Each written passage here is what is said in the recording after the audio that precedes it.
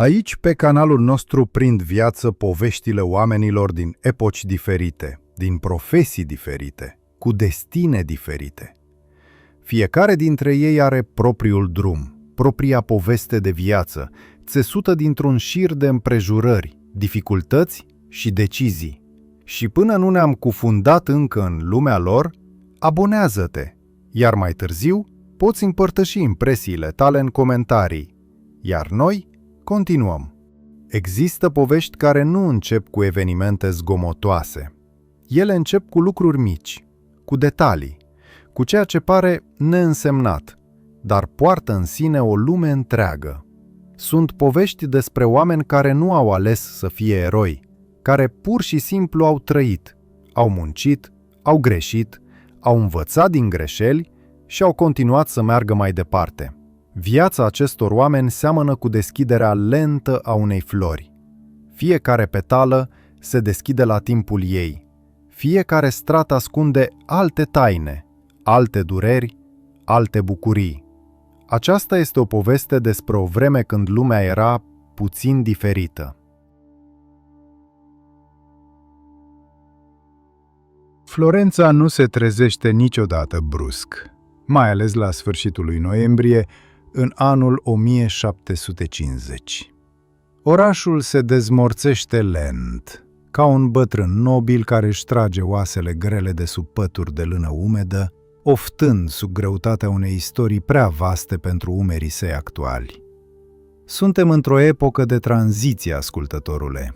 Familia Medici a dispărut, iar noi stăpâni austrieci, Habsburgii, privesc Toscana mai degrabă ca pe o moșie îndepărtată decât ca pe o bijuterie a coroanei. Dar pietrele Florenței au rămas aceleași. Ele nu țin cont de cine poartă coroana, ci doar de cine ține dalta.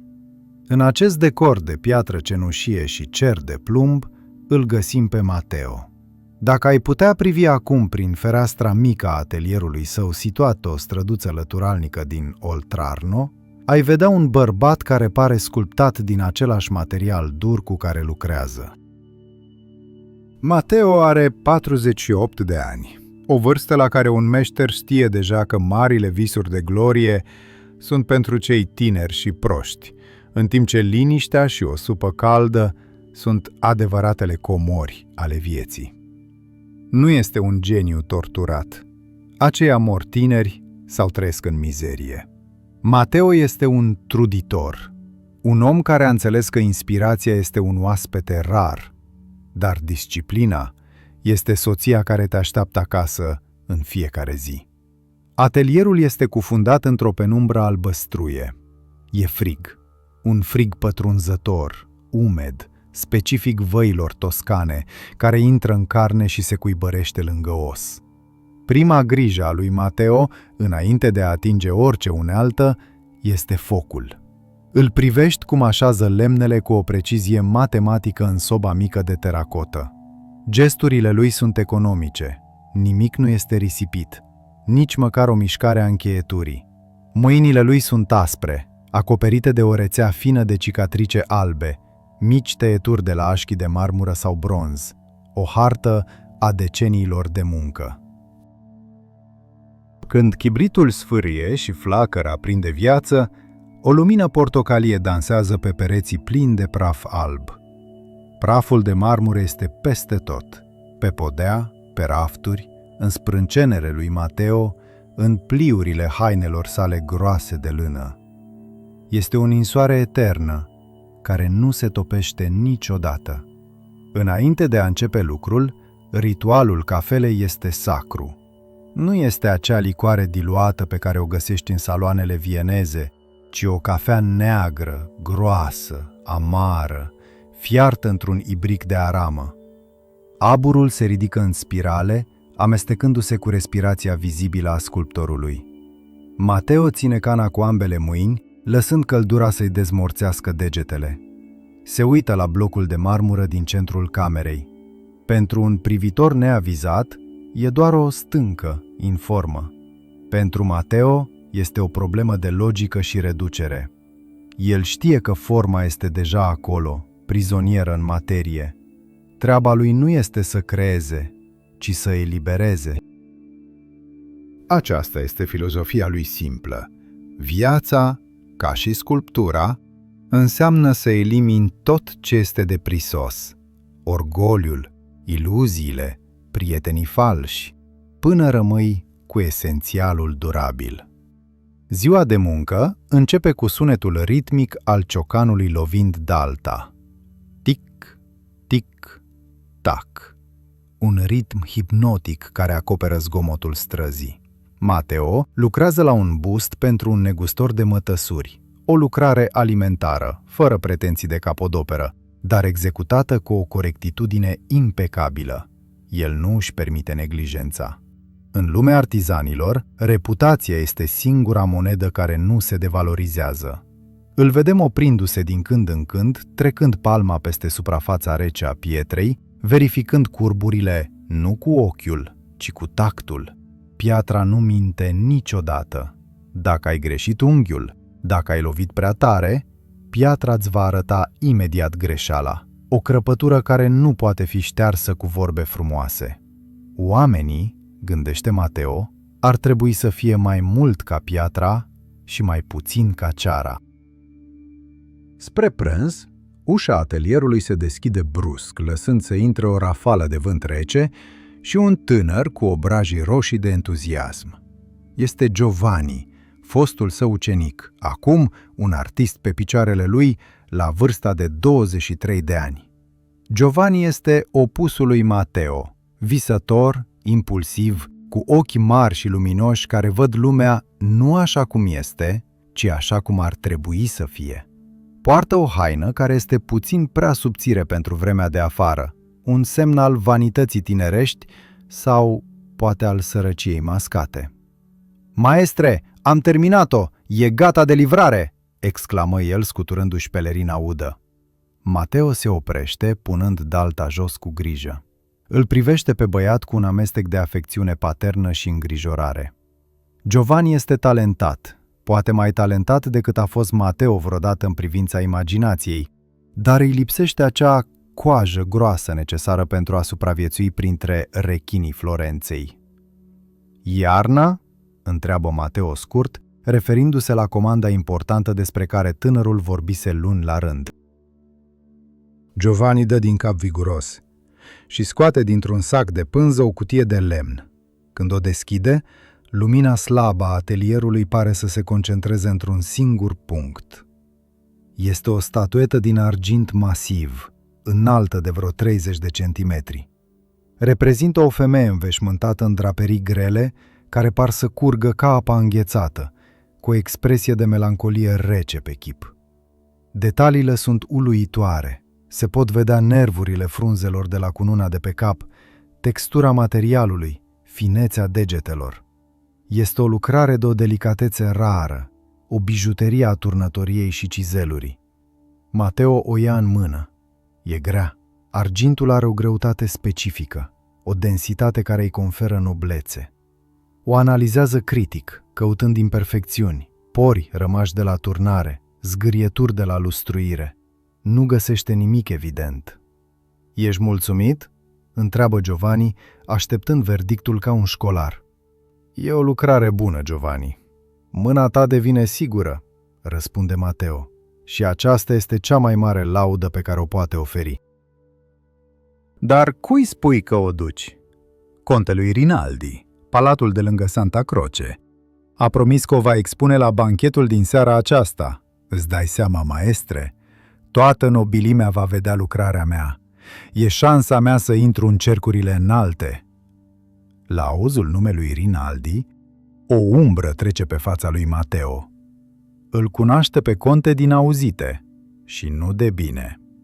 Un bărbat de 50 de ani, cu gusturi rafinate, dar cu o moralitate îndoielnică, cunoscut pentru faptul că plătește târziu și uită promisiunile repede.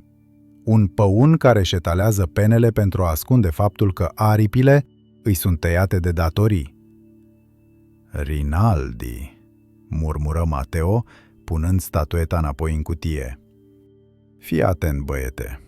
Oamenii aceștia, ei nu iubesc arta, ei iubesc posesia. Pentru ei, statueta ta nu e o bucată de suflet.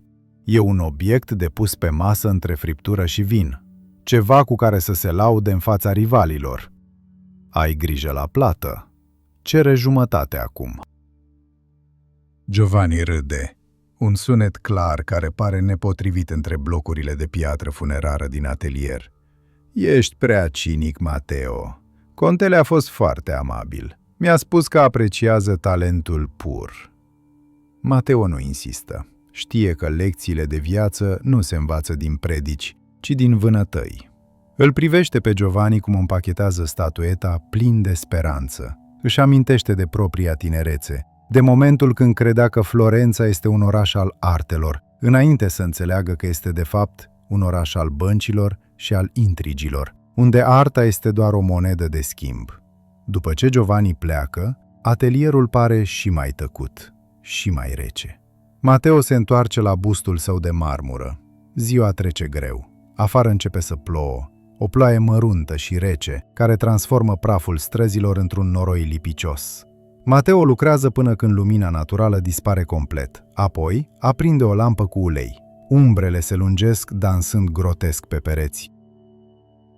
Seara, după ce curăță uneltele, pentru că un meșter bun nu-și lasă niciodată dălțile murdare, Mateo se așează lângă sobă cu o bucată de pâine și puțină brânză uscată.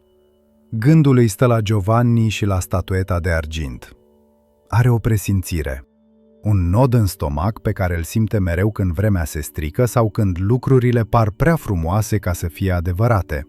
Lumea nobililor este o scenă de teatru, își spune el, unde noi, artizanii, suntem doar recuziterii. Construim decorurile, le facem coroanele, le pictăm portretele pentru a-i face să pară mai buni decât sunt. Și la final, când cortina cade, suntem trimiși la intrarea servitorilor. Vântul șuieră pe la tocurile ferestrelor neetanșe, un sunet ca un vaet prelung. Mateo se învelește cu o pătură aspră. Își privește mâinile la lumina focului care se stinge. Sunt mâini puternice, capabile să modeleze realitatea, dar se simte neputincios în fața destinului invizibil care pare să se țeasă în jurul protejatului său. Cu acest gând neliniștitor, sculptorul închide ochii lăsând frigul nopții să cuprindă încet Florența. O liniște înșelătoare înainte de furtuna care avea să vină nu din cer, ci din inimile oamenilor. Au trecut 2 zile. 2 zile în care ploaia nu s-a oprit spălând fațadele palatelor și umflând apele râului Arno, care curge acum tulbure și amenințător, un șarpe maroniu ce taie orașul în 2. Este o seară de vineri, iar întunericul a căzut de vreme, înghițind străzile înguste. În atelierul lui Mateo, atmosfera este apăsătoare. Sculptorul șlefuiește mecanic o bucată de marmură, dar mintea îi este în altă parte. Giovanni nu a trecut să-i spună cum a decurs seara banchetului. Tăcerea tânărului este nefirească. De obicei, ar fi venit alergând să povestească fiecare laudă primită, fiecare privire admirativă a vreunei contese.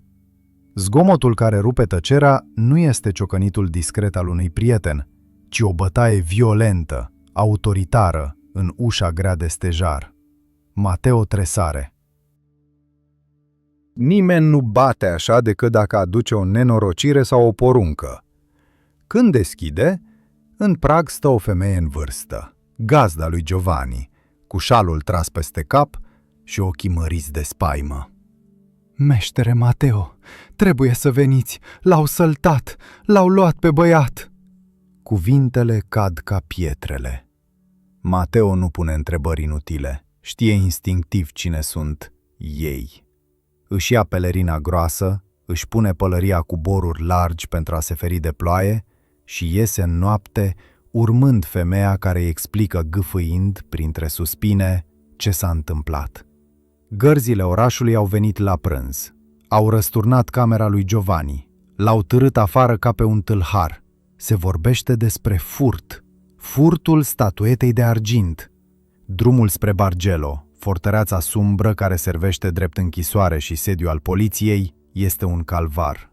Străzile sunt pline de bălți adânci, iar lumina rară a felinarelor se reflectă sinistru în apa murdară. Mateo merge repede, cu capul plecat în vânt, dar mintea îi lucrează febril. Giovanni? Hoț? Absurd. Băiatul ar fi putut fura o inimă, poate o idee, dar niciodată aur sau argint. Era prea mândru de munca lui pentru a o transforma în simplă marfă de contrabandă.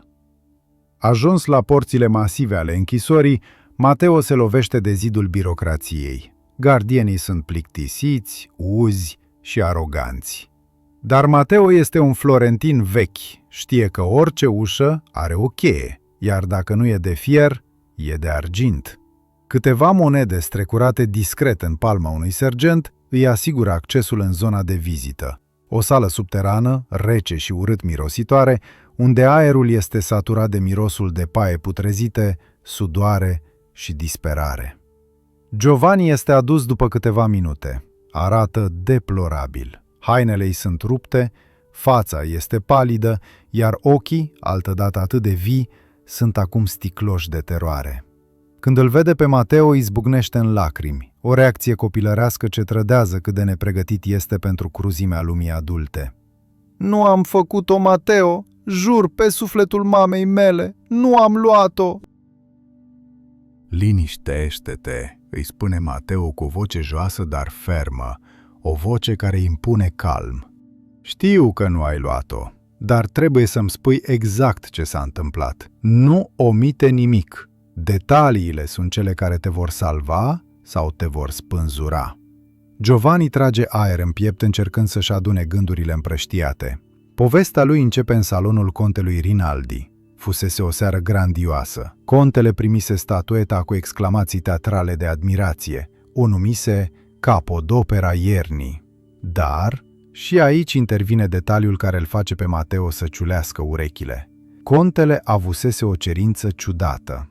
A spus că argintul este atât de pur și finisajul atât de perfect, încât nu trebuie atins cu mâinile goale, povestește Giovanni tremurând. "Mi-a dat o pereche de mănuși de catifea albă. M-a pus să așez statueta eu însumi într-o vitrină de sticlă în mijlocul salonului. Apoi, majordomul a încuiat vitrina cu o cheie pe care i-a dat-o imediat contelui. Rinaldi a pus cheia în buzunarul vestonului său. Nimeni nu s-a mai atins de ea." "Și apoi?" întreabă Mateo, vizualizând scena. "Apoi a început banchetul. Am fost așezat la o masă lăturalnică, dar vedeam vitrina. Era acolo. Strălucea în lumina candelabrelor. Am băut vin, am vorbit cu câțiva muzicanți. La un moment dat, spre miezul nopții, s-a auzit un strigăt. Contele s-a ridicat arătând spre vitrina. Era goală. Goală? Vitrina era spartă? Nu, asta e nebunia, Mateo. Sticla era intactă, încuietoarea era neatinsă, dar statueta dispăruse. Contele a început să urle că eu sunt un iluzionist, un escroc, că am folosit vreun truc să o fur înapoi pentru a o vinde din nou. A chemat gărzile, m-au percheziționat, dar nu aveam nimic. Totuși, au spus că sigur am avut un complice căruia i-am pasat-o. Mateo ascultă, analizând fiecare cuvânt. Este o poveste imposibilă. Și totuși, imposibilul nu există în lumea materială. Dacă statueta nu mai era acolo, cineva o luase. Dacă vitrina nu a fost spartă, a fost deschisă. Dacă singura cheie era la conte... Cine mai era în cameră? Cine s-a apropiat de vitrină? Toată lumea trecea pe lângă ea, dar nimeni nu a stat mult. Servitorii tot aduceau tăvi. A fost un moment, un magician, un soi de saltimbanc pe care contele l-a angajat pentru divertisment. A făcut câteva trucuri cu foc și eșarfe, dar a stat la distanță de vitrină. Mateo își trece mâna peste barbă. Povestea miroase a scenariu prost, a piesă de teatru regizată. Contele Rinaldi, cu datoriile lui, cu nevoia lui de bani. O statuetă de argint masiv valorează o avere nu doar ca artă, ci ca metal, dar să o fure chiar proprietarul și să dea vina pe artist? Este o mișcare de o cruzime rafinată. Dacă Giovanni este condamnat, contele nu doar că păstrează argintul sau valoarea lui, dar poate cere și despăgubiri de la breasla artiștilor pentru înșelăciune. Ascultă-me bine, Giovanni, spune Mateo, apropiindu-se de gratiile care îi despart. Nu spune nimic nimănui. Nu recunoaște nimic, oricât de mult te-ar amenința sau te-ar lovi. Ești nevinovat. Voi merge mâine la palat. Voi găsi cum a dispărut. Dar cum? Ești doar un sculptor, nu ești investigator, plânge Giovanni. Tocmai de aceea, răspunde Mateo, un investigator caută un vinovat, un sculptor caută să înțeleagă cum sunt asamblate lucrurile și cum pot fi dezasamblate. Această crimă este o construcție, Giovanni, la fel ca o statuie și are undeva o fisură. Mateo părăsește închisoarea cu inima grea. Afară, ploaia s-a transformat în lapoviță.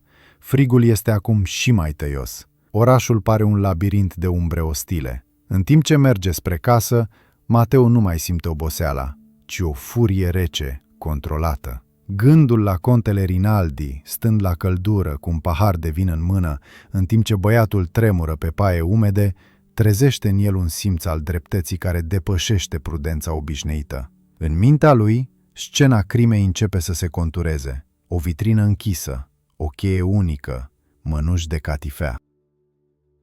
De ce mănușile? De ce insistența ca Giovanni să o așeze?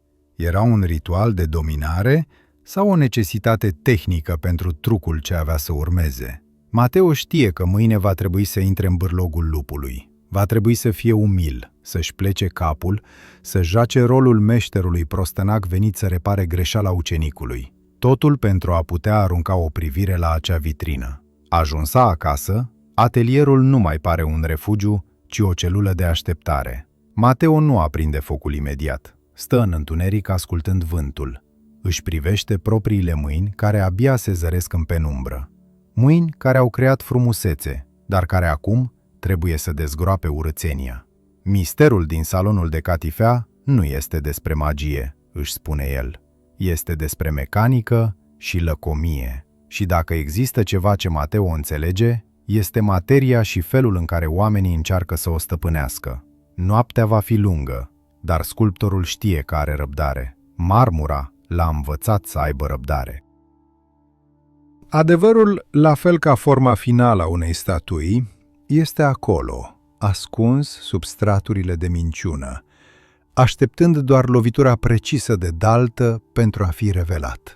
Dimineața care a urmat acelei nopți de coșmar nu a adus cu ea claritatea, ci o lumină difuză, cenușie, filtrată prin straturile groase de nori care refuzau să părăsească cerul Toscanei. Florența părea un oraș desenat în cărbune, lipsit de culorile vibrante ale verii, redus la esența sa minerală. Mateo s-a trezit înainte de răsărit, deși, în realitate, nu dormise aproape deloc. Ochiul minții sale rămăsese deschis, fixat asupra imaginii acelei vitrine goale despre care-i vorbise Giovanni.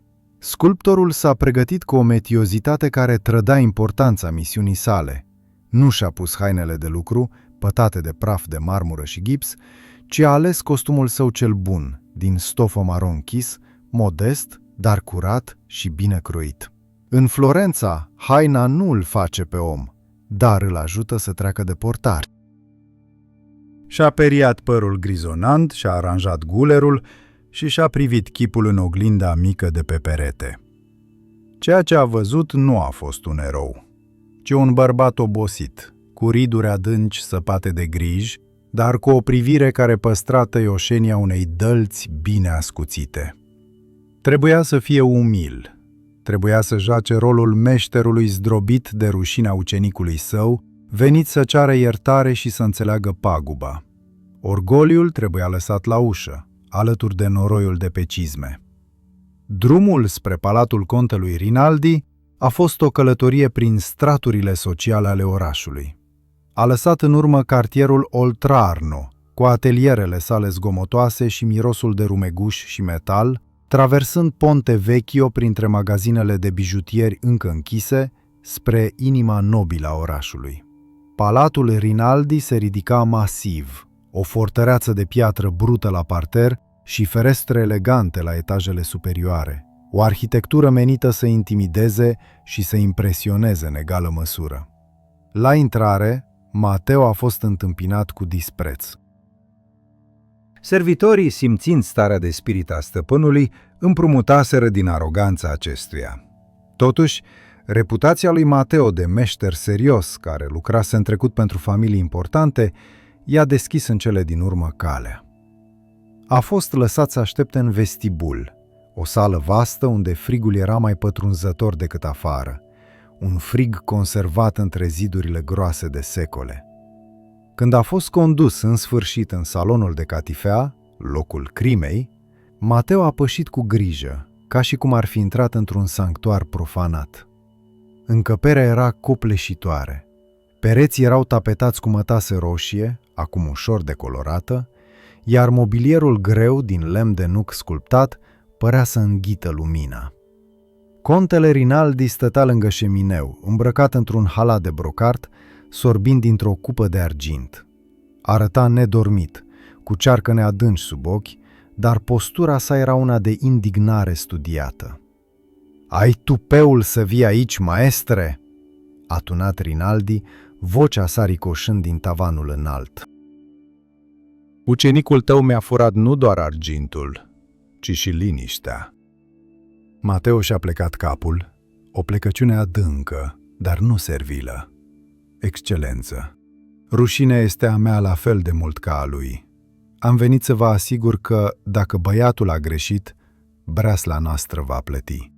Dar pentru a înțelege cum s-a putut întâmpla o asemenea grozăvie sub ochii mei, trebuie să văd locul. Trebuie să înțeleg cum a reușit un simplu sculptor să păcălească vigilența unei case atât de nobile. Flatarea, dozată corect, este o armă mai puternică decât adevărul. Rinaldi a pufnit, dar i-a făcut un semn lehamite cu mâna, permițându-i să se apropie de vitrină. "Privește, meștere, privește și minunează-te de viclenia șerpilor pe care îi crești la sân." Mateo s-a apropiat de vitrină. Era o piesă de mobilier elegantă, cu geamuri de cristal venețian. Sculptorul nu a privit mai întâi încuietoarea, ci podeaua. Parchetul era lustruit, dar lumina dimineții scotea la iveală o hartă a urmelor.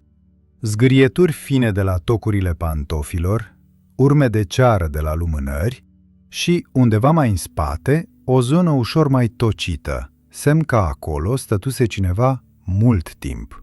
Apoi a studiat vitrina. Giovanni spusese adevărul, sticla era intactă. Mateo a scos o lupă mică din buzunar, pretextând că verifică dacă există zgârieturi fine care ar indica folosirea unui diamant pentru tăiere. Nu era nimic. Apoi s-a aplecat spre încuietoare. Era un mecanism complex, făcut de un lăcătuș priceput.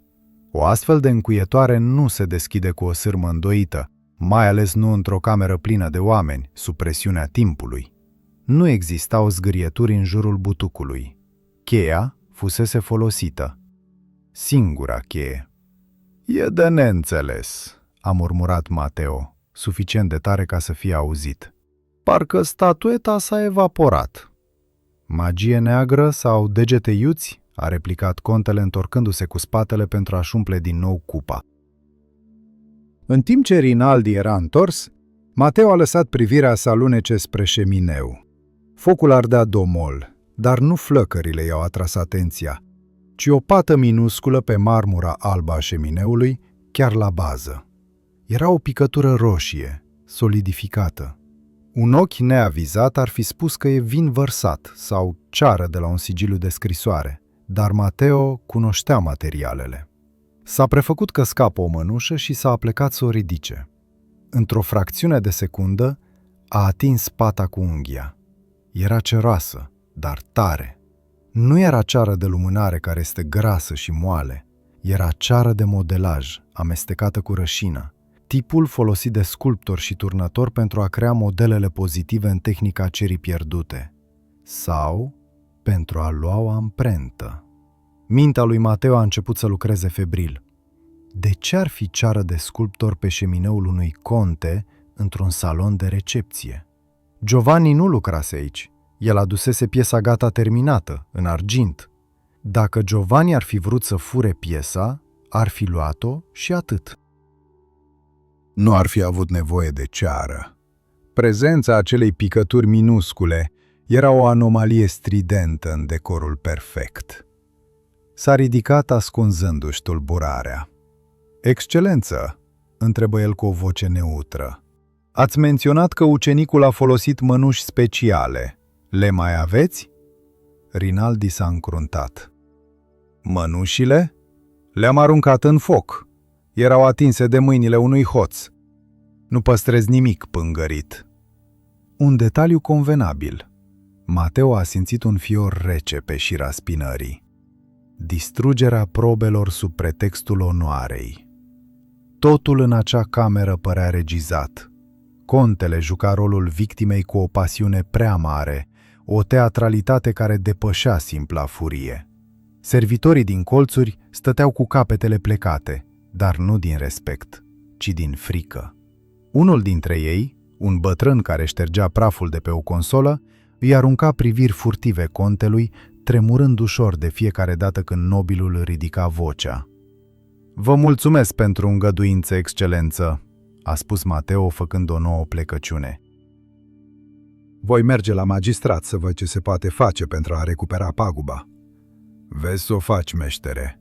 Altfel, reputația ta va fi la fel de fărâmițată ca piatra pe care o bați," a amenințat Rinaldi. Ieșind din palat, Mateo a simțit nevoia să inspire adânc aerul rece al străzii.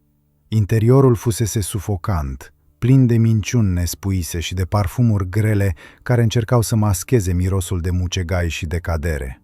Pășind pe pietrele caldarâmului, sculptorul și-a ordonat gândurile. Picătura de ceară, cheia, mănușile arse. Povestea nu se potrivea. Un furt necesită oportunitate și motiv. Giovanni avea acces, dar nu avea motivul real și nici viclenia. Contele avea cheia, dar de ce să-și fure propriul bun? Pentru asigurare? În acea epocă, asigurările nu funcționau ca astăzi, dar datoriile erau o realitate crudă. Dacă Rinaldi datora bani unor oameni periculoși, o statuetă de argint era un activ lichid, dar nu o putea vinde pur și simplu, pentru că ar fi fost recunoscută. Iarna era o piesă unică. Ca să o valorifice, trebuia să o transforme. Trebuia să dispară ca artă și să reapară ca metal. Mateo s-a oprit în mijlocul podului Ponte Santa Trinita. Apa curgea neagră de desubt, ceara roșie. Acea ceară nu era acolo pentru a copia cheia, ci provenea de la un proces tehnic. Dacă Rinaldi a înlocuit statueta? Nu, Giovanni ar fi văzut. Dar dacă statueta care a dispărut nici măcar nu a fost acolo în momentul furtului? Un gând i-a încolțit în minte, un gând tehnic, de om care știe cum se construiesc iluziile. Ce-ar fi dacă Iarna nu a părăsit palatul în buzunarul unui hoț, ci a părăsit lumea formelor chiar acolo, în șemineu? Nu, era imposibil. Argintul se topește la temperaturi înalte, un foc de lemne nu e suficient. Dar ceara indica pregătirea. Cineva a manipulat ceva acolo. Sculptorul a pornit din nou la drum, de data aceasta cu un pas mai hotărât. Nu se îndrepta spre atelierul său, nici spre casă. Avea nevoie de informații despre contele Rinaldi, despre obiceiurile lui și, mai ales, despre datoriile lui. În Florența, secretele nobililor sunt moneda de schimb a servitorilor și a negustorilor. Și Mateo știa că pentru a salva un nevinovat, trebuie să sapi în gunoiul vinovaților. Ziua s-a scurs lent, iar Mateo a simțit cum orașul se strânge în jurul lui ca o menghină. Fiecare piatră părea să ascundă un secret, fiecare umbră părea să-l urmărească. Dar el era un om al realității tangibile. Văzuse ceara, Și ceara, spre deosebire de cuvintele nobililor, nu putea să mintă. Era o urmă fizică a unei acțiuni fizice. Rămânea doar să descopere ce fel de acțiune necesita ceară roșie într-un salon de catifea. Mijlocul lunii decembrie a adus cu sine o schimbare în respirația orașului. Ploile nesfârșite s-au transformat treptat într-o ninsoare liniștită, care a început într-o noapte de marți și nu s-a mai oprit timp de 2 zile. Florența a devenit un oraș de alb și gri, zăpada acoperind mizeria străzilor, gunoaiele și noroiul, oferind iluzia unei purități universale. Dar Mateo știa că sub pătura albă, putregaiul rămânea neatins. Frigul devenise uscat, mușcător, făcând ca lemnul din sobe să troznească mai tare și ca oamenii să se grăbească pe străzi cu capetele înfofulite în fulare groase. În săptămânile care trecuseră de la vizita la palat, zvonurile despre Giovanni se răspândiseră ca o boală. În piețe, la tarabe, în tavernele unde ucenicii beau vin ieftin, povestea se schimbase și se deformase. Se spunea că Giovanni vânduse statueta unui negustor venețian, că fugise cu banii, că fusese prins cu aurul cusut în căptușala hainei. Nimeni nu mai căuta adevărul. Toți se hrăneau cu senzaționalul căderii unui tânăr talentat. Pentru breasla artiștilor, Giovanni devenise un paria, un exemplu de așa nu. Mateo însă își continua investigația tăcută cu o răbdare geologică. Nu mai lucra aproape deloc la comenzile sale. Bustul negustorului rămăsese neterminat, acoperit cu o pânză prăfuită. Timpul său era dedicat vizitelor în locuri unde un sculptor de marmură nu prea avea ce căuta. Într-o după-amiază târzie, când soarele palid abia se zărea prin pâcla de ninsoare, Mateo a coborât spre zona industrială de la periferia Oltrarnoului. Aici, zăpada nu rămânea albă. Era neagră de la funinginea coșurilor de fum, iar aerul mirosea a sulf și a metal topit. Destinația lui era atelierul lui Beppe, un maestru turnător cu care Mateo colaborase în tinerețe la câteva lucrări monumentale. Atelierul lui Beppe era un infern controlat. Contrastul cu frigul de afară a fost brutal. Înăuntru, căldura era sufocantă, radiind din cuptoarele uriașe de cărămidă. Lumina era roșiatică, venind din gurile de foc care păreau guri de dragoni flămânzi.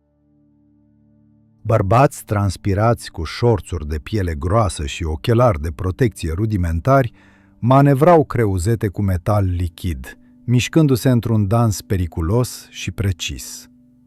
Beppe, un uriaș cu barba pârlită și mâini cât niște lopeți, l-a întâmpinat pe Mateo cu o strângere de mână care ar fi putut zdrobi pietre. „Mateo, ce vânt te aduce în bârlogul meu? Nu cred că ai trecut la bronz. Ești prea îndrăgostit de piatra ta rece." „Am nevoie de sfatul tău, Beppe." „Un sfat tehnic," a răspuns Mateo, strigând pentru a acoperi zgomotul ciocanelor. S-au retras într-un colț mai liniștit al atelierului, unde Beppe își ținea schițele și matrițele. Pe o masă lungă, bucăți de ceară roșie, identice cu cea găsită de Mateo în palat, așteptau să fie modelate. „Spune-mi, Beppe," a început Mateo, scoțând o pipă stinsă pe care o rodea nervos. „Dacă ai avea o piesă de argint masiv, o statuetă, și ai vrea să o faci să dispară fără urmă, dar să păstrezi valoarea metalului, cât de repede ai putea să o topești?" Beppe și-a șters fruntea cu un braț plin de funingine și a râs gros. „Vrei să te faci hoț la bătrânețe? Argintul e capricios. Se topește pe la 960 de grade. Într-un cuptor ca al meu, e o chestiune de minute. Dar dacă nu ai un cuptor industrial, dacă ai doar un șemineu, nicio șansă, doar la innegri. Dar dacă," a continuat Mateo privindu-l fix în ochi, „dacă ai vrea să faci o copie, să zicem, o copie rapidă pentru a înlocui originalul pentru scurt timp, atunci ai nevoie de o matriță și de ceară, multă ceară. Ai lua amprenta originalului, ai turna ceară în ea și ai avea o dublură. Ar arăta la fel la formă, dar ar fi ușoară ca o pană.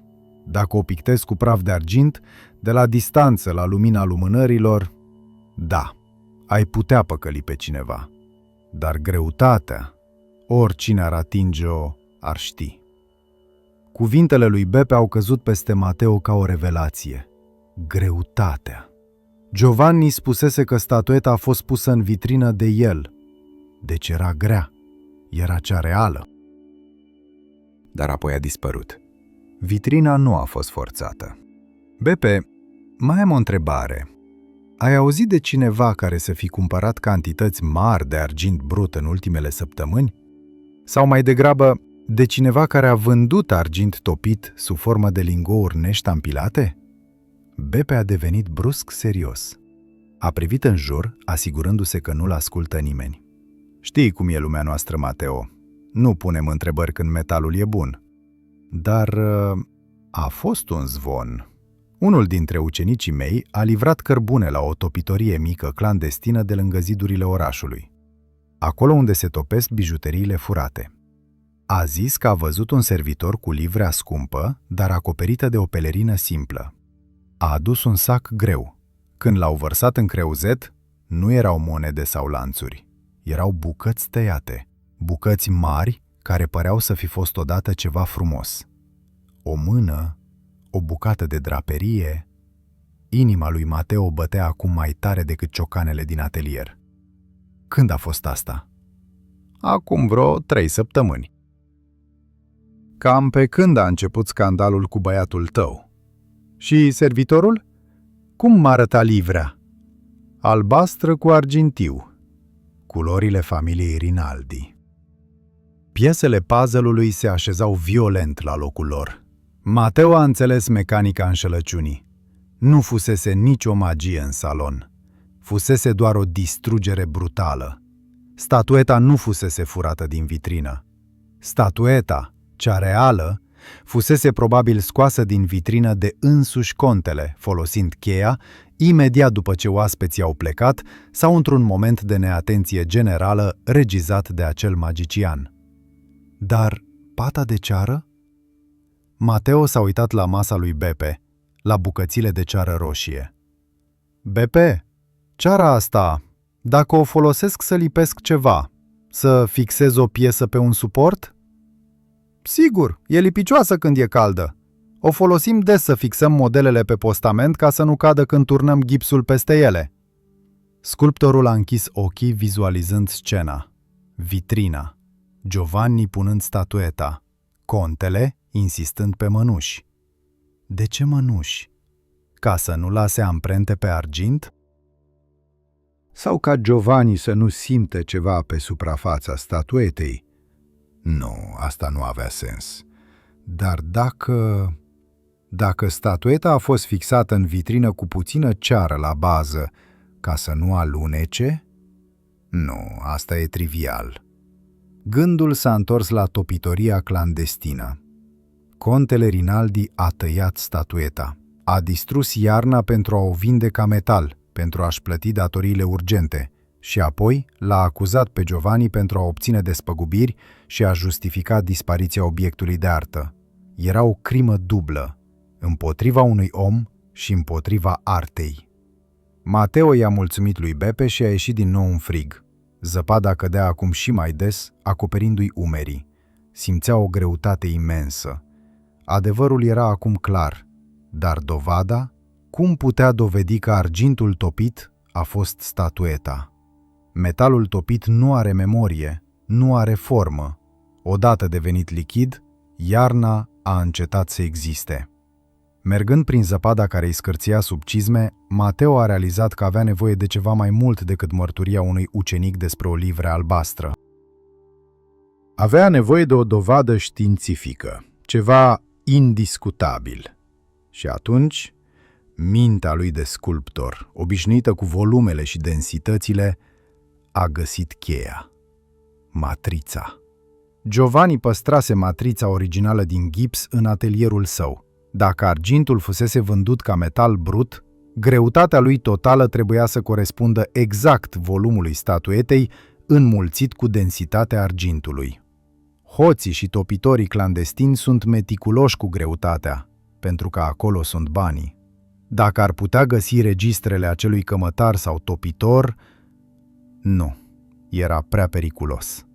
Dar exista o altă cale, o cale care implica fizica. Argintul folosit de Giovanni nu era pur 100%. Nimeni nu toarnă statuete din argint pur pentru că e prea moale. Era un aliaj. Și fiecare atelier are rețeta sa de aliaj, o semnătură chimică invizibilă. Dacă Rinaldi a vândut metalul, acel metal purta încă semnătura atelierului unde fusese creată statueta.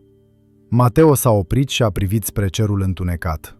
Fulgii de zăpadă îi topeau pe față, reci ca lacrimile. Avea planul. Avea să fie o luptă nu cu săbii, ci cu balanțe și creuzete. Urma să ceară proba focului, o veche tradiție juridică florentină, rar folosită, prin care Breazla putea contesta acuzațiile tehnice. Se îndrepta spre casă, dar nu spre odihnă. Urma să fie o noapte lungă de calcule și pregătiri. Umbrele atelierului rival, ale acelei topitorii clandestine, îi arătaseră calea spre lumină. Rinaldi crezuse că focul îi va șterge urmele, dar focul, în mâinile unui meșter priceput, este cel care revelează adevărul. Mateo zâmbi trist. Iarna era anotimpul lui Rinaldi, rece și nemilos. Dar statueta se numea Iarna, iar ea avea să fie în cele din urmă căderea lui. 3 zile înainte de Crăciun, Florența era acum o cetate de gheață prinsă sub un cer albicios, opac, care părea să apese peste cupola domului și peste acoperișurile roșiatice, acum acoperite de zăpadă. Aerul era atât de rece încât respirația oamenilor îngheța instantaneu, formând mici nori efemeri care se risipeau în vântul tăios. Dar nicăieri frigul nu se simțea mai acut decât în sala magistraturii. O încăpere vastă cu tavan înalt și pereți de piatră goală, concepută parcă anume pentru a-l face pe omul de rând să se simtă mic și neînsemnat în fața legii. Mateo stătea în picioare în fața estradei înalte, așteptând. Nu era singur. Lângă el, păzit de 2 carabinieri plictisiți, stătea Giovanni. Tânărul părea o umbră a băiatului care intrase în atelier cu o lună în urmă. Obrajii erau subți, iar privirea îi era fixată în podea, ca și cum ar fi căutat acolo o ieșire secretă. De cealaltă parte a sălii, așezat pe un scaun de catifea adus special pentru el, trona contele Rinaldi. Nobilul își păstrase aroganța, dar mâinile îi trădau nervozitatea. Degetele îi jucau continuu pe mânerul bastonului său cu cap de fildeș. Magistratul, un bărbat vârstnic cu o perucă pudrată care părea să cântărească mai mult decât capul său, și-a adres vocea. Sunetul a răsunat sec, ca o creangă ruptă în liniștea sălii. Am fost convocați aici la cererea meșterului sculptor Mateo, care pretinde că are dovezi noi în cazul furtului operei Iarna. Vorbește, meștere, dar fi scurt. Sărbătorile bat la ușă, iar justiția, deși oarbă, nu este lipsită de dorința de a se odihni. Mateo a făcut un pas în față. Nu purta haine de curte, ci costumul său simplu de breazlă. În mâini nu ținea o sabie, ci un sac de pânză și un registru vechi. Excelență, a început el cu o voce calmă, dar care purta greutatea pietrei pe care o cioplea de o viață. Nu sunt aici pentru a contesta faptul că statueta a dispărut. Sunt aici pentru a contesta natura dispariției sale. Sunt aici pentru a invoca legile fizicii, care, spre deosebire de legile oamenilor, nu pot fi nici mituite, nici ocolite. Rinaldi a pufnit disprețuitor. Fizică! Un sculptor ne va ține prelegeri de filozofie naturală? Băiatul a furat argintul, e simplu. Mateo l-a ignorat și a scos din sac obiectul adus. Era matrița originală din gips a statuetei. negativul în care fusese turnată ceara și apoi metalul. A așezat-o cu grijă pe masa grefierului. Aceasta, excelență, este pântecele din care s-a născut iarna. Giovanni, ca orice ucenic sârguincios, a păstrat matrița. Cu ajutorul ei și cu ajutorul matematicii elementare pe care o folosim în turnătorie, putem calcula cu o precizie absolută volumul exact al statuetei. Magistratul s-a aplecat înainte intrigat. Și ce relevanță are volumul, meștere? Volumul determină greutatea, a continuat Mateo deschizând registrul. Argintul are o densitate cunoscută. O statuetă de această mărime, dacă ar fi fost din argint masiv, așa cum a pretins onorabilul conte în declarația sa de valoare pentru a cere despăgubiri, ar fi trebuit să cântărească exact 7 kg și 300 de grame. Mateo a făcut o pauză, lăsând cifra să plutească în aer. S-a întors apoi spre Rinaldi. 7 kg de metal compact nu sunt ușor de manevrat. Contele a declarat că furtul s-a petrecut într-o clipită, că hoțul a sustras piesa și a dispărut fără ca cineva să observe o mantie grea sau un mers îngreunat. Dar nu acesta este punctul principal. Sculptorul a scos o foaie de hârtie pe care o desfăcu încet. Era o chitanță, sau mai degrabă o copie a unui registru de intrare de la monetăria ducală, un document pe care Mateo îl obținuse cu greu folosindu-se de vechile sale cunoștințe din breasla orfevrarilor. Am aici o înregistrare interesantă, a spus Mateo ridicând foaia.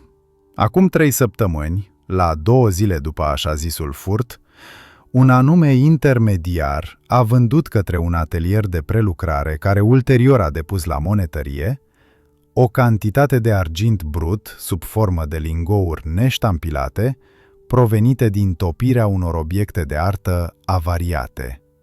Cantitatea totală? 7 kg și 250 de grame. O diferență de doar 50 de grame. Exact pierderea tehnologică normală prin topire și zgură. Sala a amuțit. Rinaldi se făcuse alb ca varul de pe pereți. Coincidență, a strigat el, dar vocea i s-a spart. Sunt sute de tranzacții cu argint în Florența. Poate, a răspuns Mateo, dar știința are o memorie lungă. Giovanni a folosit un aliaj specific. Pentru a da duritate argintului, a adăugat o cantitate precisă de cupru și o urmă infimă de zinc. O rețetă veche a atelierului nostru. Am cerut, cu permisiunea Breslei, ca o mostră din acel lot de argint vândut să fie testată chimic. Proba focului, excelență. Aceasta a fost cacealmaua. Mateo nu făcuse testul chimic. Ar fi durat săptămâni și ar fi costat o avere. Dar știa că frica este un catalizator mai rapid decât orice acid.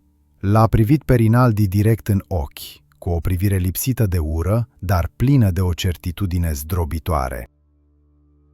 Dacă analizăm acel argint depus la monetărie și găsim semnătura chimică a aliajului lui Giovanni, atunci nu mai vorbim de furt, ci de fraudă. Vorbim de distrugerea unei opere de artă pentru valoarea sa materială și de înscenarea unei crime pentru a încasa asigurări și penalități de la un tânăr nevinovat. Liniștea din sală devenise grea, palpabilă. Rinaldi transpira în ciuda frigului. Privirea lui fugea de la Mateo la magistrat, apoi la grefierul care nota totul. Știa că nobilii florentini puteau scăpa de multe, dar datoriile de onoare și frauda financiară dovedită public erau păcate pe care noua administrație habsburgică nu le tolera, dornică să arate că legea este aceeași pentru toți. Magistratul, simțind schimbarea curentului, și-a îndreptat privirea spre conte. Excelență Rinaldi, sunteți dispus să așteptați rezultatul analizei metalurgice? Sau doriți să vă revizuiți declarația cu privire la circumstanțele dispariției? Poate a fost o neînțelegere. Poate statueta a fost trimisă la topit din greșeală de un servitor zelos. A fost o portiță de scăpare. O ofertă de a salva aparențele. Rinaldi a înțeles. S-a ridicat tremurând de furie reprimată și și-a aranjat manșetele de dantelă. Este posibil, a murmurat el printre dinți, să fie existat o confuzie în ordinele mele casnice. Majordomul meu este bătrân și senil. Dacă piesa a fost într-adevăr topită din eroare, îmi retrag acuzațiile împotriva acestui ucenic. Nu am timp de analizele voastre ridicole. Cu un gest teatral, contele a părăsit sala, bastonul său lovind podeaua de piatră cu un ritm nervos. Nu era o victorie totală. Rinaldi nu avea să fie arestat, dar pentru Mateo și Giovanni era tot ce conta. Magistratul a lovit cu ciocanul. Cazul este clasat. Acuzatul este liber să plece. În momentul în care carabinierii au scos cătușele, Giovanni nu a strigat de bucurie. S-a prăbușit pe o bancă și a plâns tăcut, cu umerii scuturându-i se sub haina subțire. Mateo s-a apropiat și a pus o mână grea, caldă, pe umăr. Nu a spus nimic. Nu era nevoie de cuvinte. În lumea lor, a meșterilor, lucrurile se repară, nu se discută. Sculptorul știa că adevărata muncă de reconstrucție, cea a sufletului lui Giovanni, abia începea. Afară, peste Florența eliberată de o minciună, începea să ningă din nou, o ninsoare deasă care promitea să acopere urmele pașilor contelui și să lase orașul curat pentru sărbătoarea ce avea să vină. Era seara de ajun, 24 decembrie, anul 1750. Florența se cufundase într-o liniște adâncă, o tăcere care părea să vină din însăși inima pământului. Străzile, altădată pline de zgomotul căruțelor și al strigătelor negustorilor, erau acum pustii și albe. Zăpada, căzută neîncetat în ultimele zile, transformase orașul într-o sculptură uriașă de marmură și zahăr. Doar sunetul clopotelor de la Santa Maria del Fiore mai spărgea din când în când liniștea, chemând credincioșii la slujbă. Un sunet grav și profund, care vibra în aerul înghețat. În atelierul din Oltrarno, timpul părea să fi încetinit. Mateo și Giovanni stăteau în fața sobei de teracotă care radia o căldură binefăcătoare. Încăperea era luminată doar de flăcările care dansau în spatele ușiței de fier și de câteva lumânări de ceară groasă așezate pe masa de lucru. Mirosul de praf de piatră se amesteca acum cu aroma de rășină de brad. Mateo adusese câteva crengi verzi în casă, un mic omagiu adus vieții în mijlocul iernii. Pe masă nu era un banchet regal, era o cină modestă de oameni truditori. O pâine rotundă, proaspătă, cu coajă crocantă, o bucată de brânză pecorino maturată, câteva nuci și o carafă cu vin roșu, aspru, de Chianti. Dar pentru cei doi bărbați, această masă valora mai mult decât toate festinurile din palatele de peste râu. Giovanni tăia pâinea. Mâinile nu-i mai tremurau, dar mișcările erau mai lente, mai chibzuite. Experiența din temniță și trădarea artei sale îl maturizaseră forțat. Nu mai avea acea sclipire naivă în ochi, acea credință oarbă că lumea este un loc care așteaptă doar să fie înfrumusețat. În schimb, căpătase o privire așezată, o gravitate care, gândea Mateo, îl va face un sculptor mai bun. Suferința sapă în suflet, la fel cum dalta sapă în piatră. Creează adâncime, creează umbre și fără umbre nu există formă. Te gândești la ea?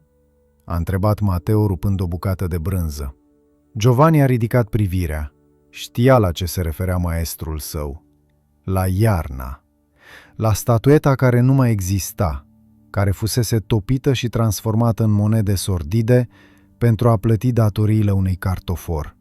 Uneori, a răspuns tânărul încet, mă gândesc că e ciudat. Am creat ceva care a trăit doar câteva zile. A fost văzută de câțiva ochi, apoi a dispărut. parcă nici n-ar fi fost. Mateo a sorbit din vin, lăsând gustul taninos să inunde cerul gurii. S-a lăsat pe spătarul scaunului vechi de lemn, care a scârțit familiar. Te înșel, băiete? Arta nu este despre permanența materialului. Marmura se crapă, bronzul se topește, pânza putrezește. Tot ce facem noi este supus timpului. Dar iarna ta a făcut ceva ce puține opere reușesc. A scos la iveală adevărul.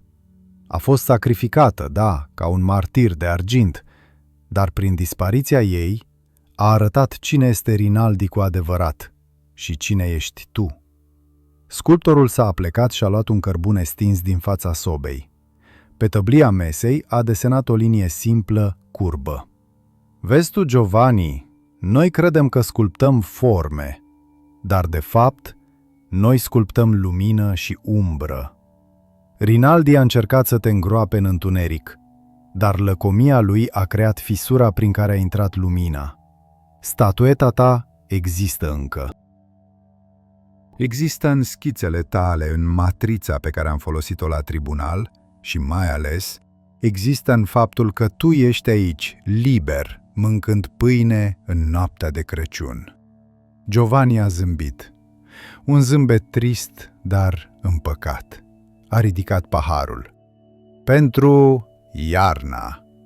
Și pentru Dalta, care nu minte niciodată. Și pentru prietenii care știu să o mânuiască, a adăugat Mateo, ciocnind paharul. Au rămas în tăcere mult timp. Focul trosnea liniștitor, un dialog vechi între lemn și flacără. Afară, vântul se potolise. Florența dormea sub pătura ei albă, o liniște care părea să vindece rănile invizibile ale orașului. Mateo privea jocul umbrelor pe pereții atelierului, acolo unde blocurile de piatră brută așteptau răbdătoare ziua de mâine. Gândurile lui au alunecat spre filozofia simplă a vieții sale. Întotdeauna a crezut că rolul lui este să controleze materia, să o domine. Dar în această ultimă lună învățase că uneori trebuie doar să asculți materia, să asculți povestea cerii, greutatea argintului, tăcerea pietrei. Lumea oamenilor este haotică, plină de zgomot și furie, de nedreptate și vanitate. Dar în atelier, în acest spațiu sacru dintre patru pereți, exista ordine. Exista o lege a cauzei și efectului, o onestitate brutală și frumoasă. Se simțea obosit, dar era o oboseală plăcută, curată. Ca după o zi lungă de cioplit când mușchii dor, dar spiritul este ușor. E târziu, Giovanni, a spus el în cele din urmă, vocea lui devenind moale, aproape un șoptit. Mâine e o zi mare și poi mâine ne întoarcem la muncă. Piatra nu se cioplește singură. Giovanni a încuvințat din cap, privind hipnotizat la Jăratec. Noapte bună, maestre. Noapte bună, meștere Giovanni, a răspuns Mateo, acordându-i, pentru prima dată, titlul pe care tânărul îl câștigase nu prin diplomă, ci prin încercarea focului. Naratorul nevăzut, cel care a privit peste umărul lor în tot acest timp, se retrage acum încet. Imaginea celor doi sculptori, mentor și discipol, rămâne suspendată în lumina caldă a atelierului ca un tablou de Caravaggio, plin de clarobscur. Este o scenă de pace, un refugiu în fața istoriei care curge neobosită afară. Lăsăm Florența să viseze sub zăpadă. Lăsăm secolul al XVIII-lea să-și continue cursul. Și vă lăsăm pe voi, ascultătorilor, cu această liniște. Căci la fel ca în sculptură, în viață, contează nu doar ceea ce faci, ci și spațiul de liniște pe care îl lași în urma ta. Noapte bună!